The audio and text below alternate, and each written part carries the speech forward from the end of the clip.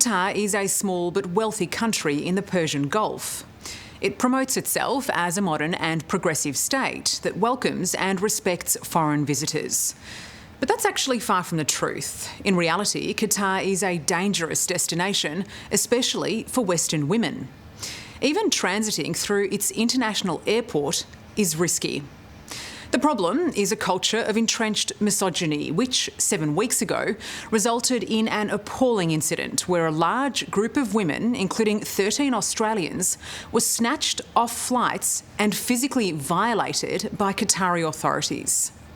They were shocking assaults, and for the first time tonight, one of the Australian victims tells the nightmare of what really happened. It was incredibly unfair. We're all wondering why, and we had no choice. This young nurse from Victoria is overwhelmed by competing emotions. Embarrassment and shame one moment, fury the next. But I feel like it needs to be told.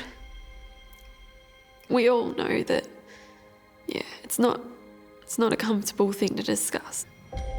She doesn't want you to know who she is. But Jane, as we'll call her, does want you to know her story. It got to the point that I was like, I don't care how uncomfortable it makes me feel, and I don't care how awful it is to rediscuss it. But something needs to happen. All had been strip-searched and invasively examined.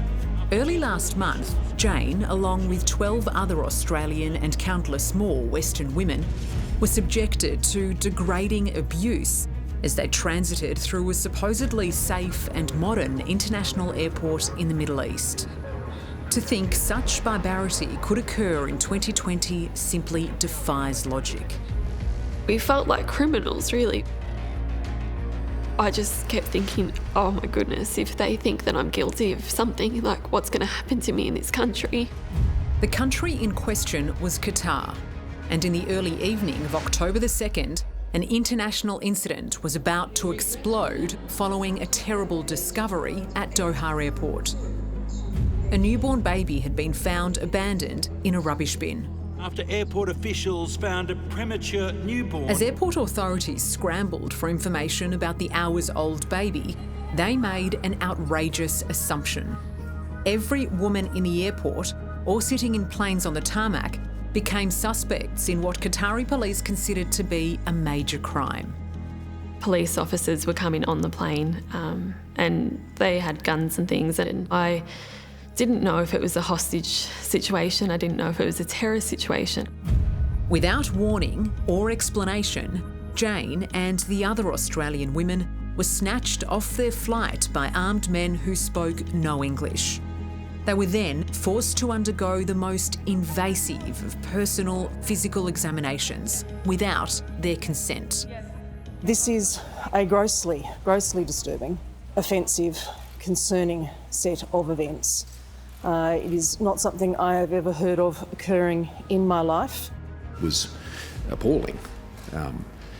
As father of daughters, I could only shudder at the thought that any woman, Australian or otherwise, would be subjected to that. For 13 Australian women on a transiting Qatar Airways flight, it was a humiliating nightmare.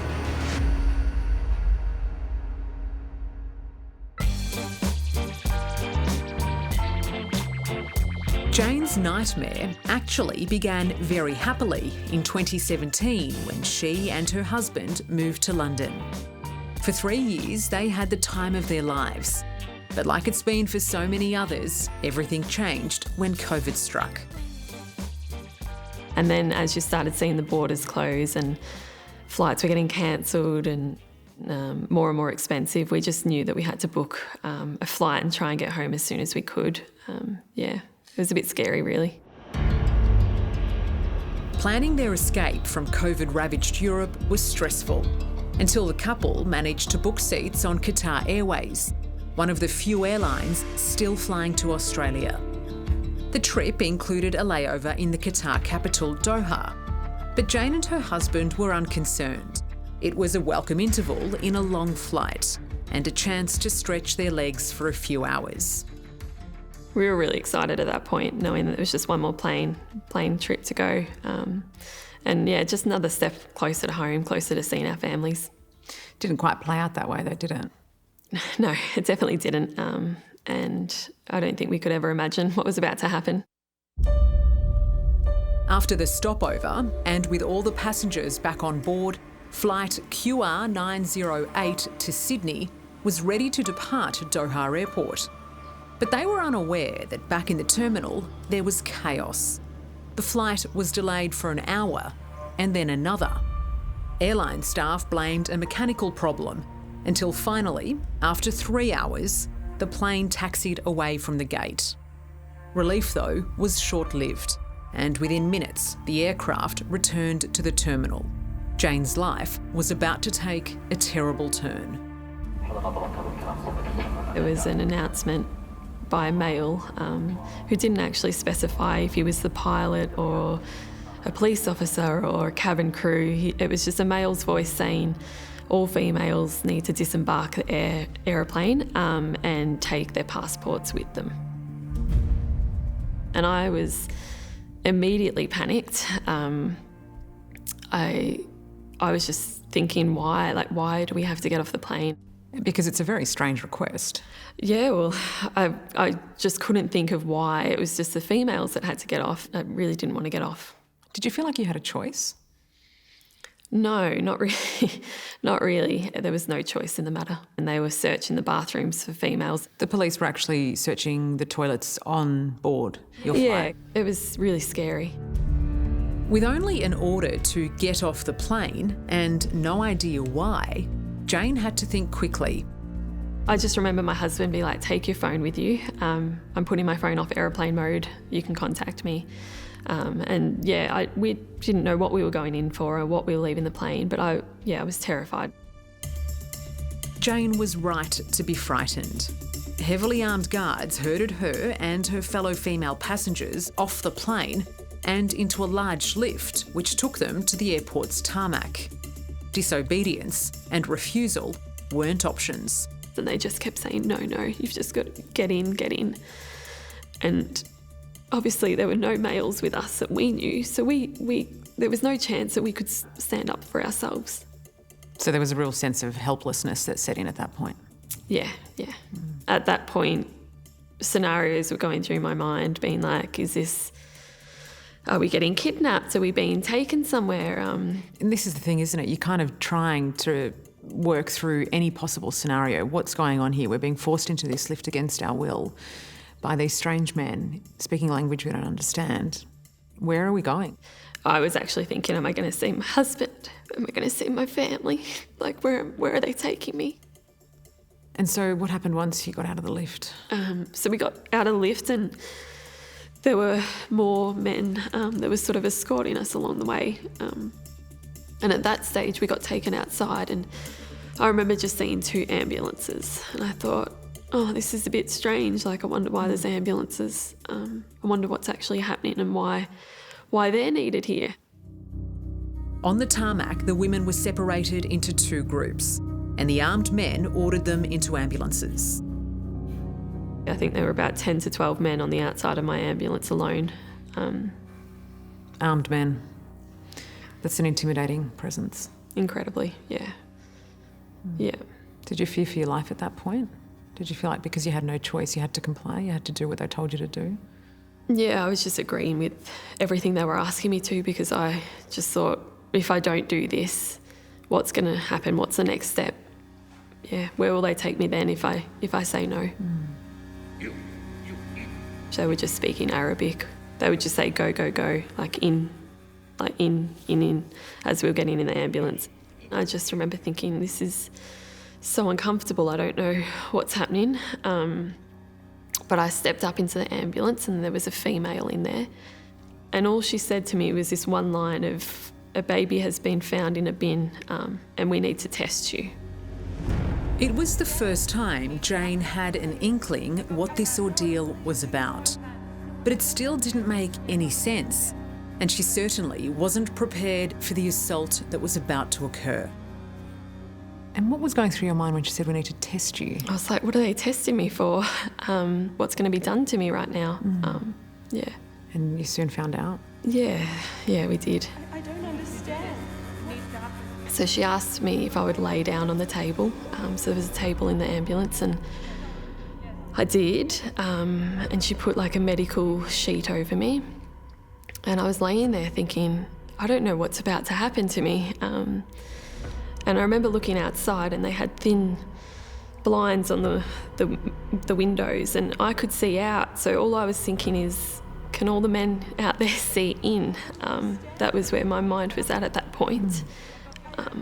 And she just asked me, we need to remove your pants. And I remember thinking, this is bizarre. Like, why am I having to remove my pants? Yes, take off your pants. Take off. So I pulled them down and she goes, we need to remove your underwear.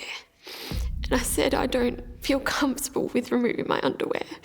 And I was physically holding them up and she's like, no, they need to come down.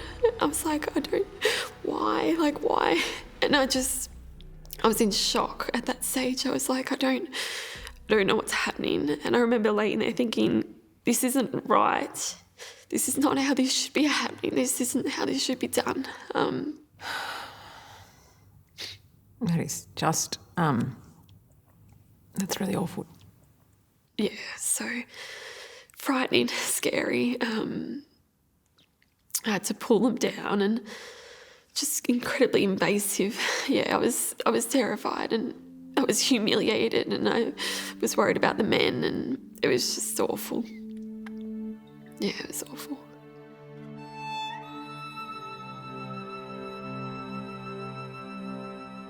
It felt like hours, but after only 2 or 3 minutes locked in the ambulance, the physical assault was over. But the mental insult was just beginning. The Qatari woman, who without any consent had violated Jane, now happily told her she was free to leave. So we got taken back to the lift, back upstairs. And at that point, I was thinking of the women back in the terminal, thinking, I can't even go and talk to them. I can't even go and let them know what is happening or to sort of offer them any insight because they were probably terrified, still waiting in there, not knowing what was happening. So you couldn't even warn the other women? No, I couldn't even warn them. And I remember just thinking, I just want to let them know. Back on the plane and reunited with her frantic husband, Jane was in a state of utter disbelief.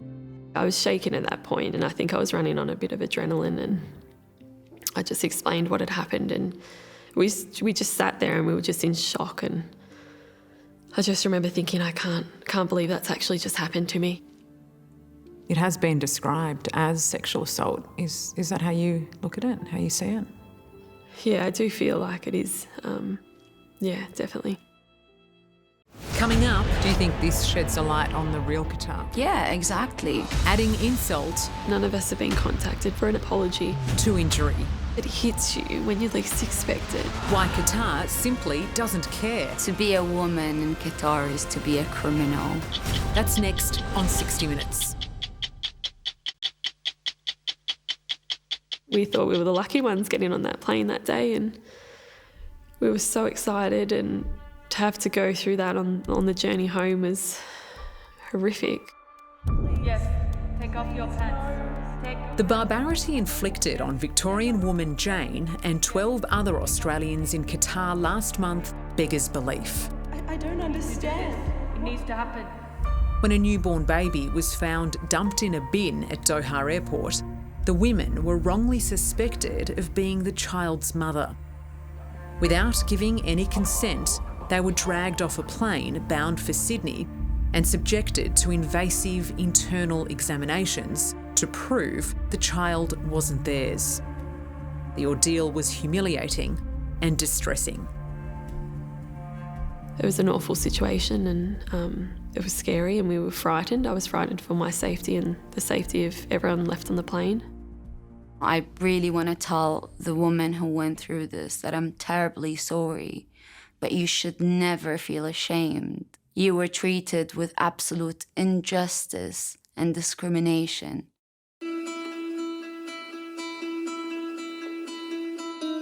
Aisha Al-Qahtani feels Jane and the other women's pain, but sadly, she's not at all shocked. As a Qatari woman, I wasn't surprised, because if we look at the way the Qatari authority treats Qatari women, we will see that this is it's like a pattern of abuse. Late last year, living in Qatar became too much for the 23-year-old. So she made the drastic and dangerous decision to escape to a better life in the UK. It was a choice that led her own family to disown her. But now in London, Aisha is free to talk about the treatment women receive in Qatar. It's absolutely disturbing, but it's something expected of an authority that literally treats women as owned objects. Aisha says basic human rights for women in Qatar are virtually non-existent, and what we consider outdated laws add to the difficulty of life. Having a child outside of marriage, for example, is a crime. It all meant that when the newborn baby was found discarded in the rubbish bin, airport authorities didn't think there was anything wrong with the way they acted. The authority itself sees that the minute you have a child outside of marriage, you are a criminal. The search for you starts immediately, and this was for them part of the search. Very disturbing, but this is how they see it. Should all women be conscious of the fact that once they're in Doha Airport, that they are subject to Qatari law? Of course, because how they see it is we have one system and we have one way of treating the other gender, woman. So essentially any woman of childbearing age was in danger in this situation? Of course. They became a suspect in a crime they knew nothing about. Well, to be a woman in Qatar is to be a criminal. For many Australians, Qatar is a gateway to Europe. The country is desperate to be seen as progressive and inclusive. It clearly thinks spending billions to host the FIFA World Cup in 2 years' time will prove that. But Aisha warns we shouldn't be fooled by all the glitter. Having stories like as disturbing as what happened at the airport kind of shakes that image and makes one wonders whether that is the accurate image that they're producing or is just made up. Do you think this sheds a light on the real Qatar? Yeah, exactly. Still in shock, Jane and her husband arrived back in Australia and went straight into hotel quarantine. When it was reported what she and the other women had endured, it made international headlines. Jane says she's received incredible support, except from Qatar itself. We've not been contacted, none of us have been contacted by the Qatar Airlines or Doha government for an actual real apology.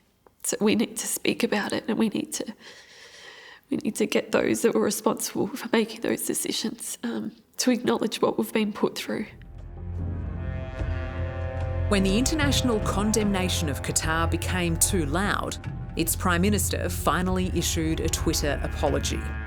He described the incident as unacceptable and promised to hold those responsible to account. But Aisha Al-Qahtani suspects what he really wants to do is blow it all the way into the desert. We never saw our government actually responding to human rights violations with an actual transparency. So they will just wait for the story to calm down, as they usually do. Do you think if it wasn't for the international outrage that no action would be taken, that we wouldn't have even seen, the apology that was made by the Prime Minister? Of course, yeah. The apology was just a result of escaping diplomatic pressure.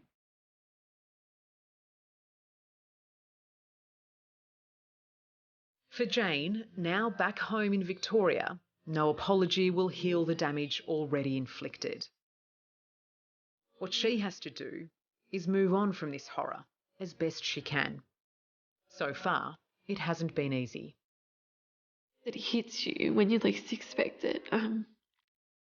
I was just carrying on with my life and I thought I was okay. I went to a shopping centre recently and went to the bathroom, and when I was in the cubicle I just had a panic attack and I really didn't think that was going to happen. You're okay. I just thought of the baby when I was in this cubicle, and I really panicked. But yeah, so we're seeking help from professionals now to discuss it with someone and talk through it all, because obviously we're not okay. And even though I thought I was, I'm clearly not. In Qatar, the abandoned baby, whose lonely birth was the start of all of this, is thought to be safe and well in the care of social workers. The child's mother, though, is yet to be found. But unlike the Qatari authorities, who likely throw the woman in prison if they catch her, Jane and the other Australian women remain full of compassion for her unfortunate predicament. We're scared for that mum. We do think of her being a woman ourselves. Like, we can't begin to imagine what she was feeling, to think that she was in that situation, and that's what she had to do with that young baby. Absolutely, and I mean, in that moment, you know, she would have felt helpless too. She would have felt like she had nowhere to turn. Yeah, I'm sure she felt she had no choice either. So, it's sort of a recurring theme here. I think the way that women are treated is horrific, really, and I can't believe that it still happens now. Yeah, we just all would like something to be done. Yeah. Hello, I'm Sarah Abo. Thanks for watching. To keep up with the latest from 60 Minutes Australia, make sure you subscribe to our channel. You can also download the 9Now app for full episodes and other exclusive 60 Minutes content.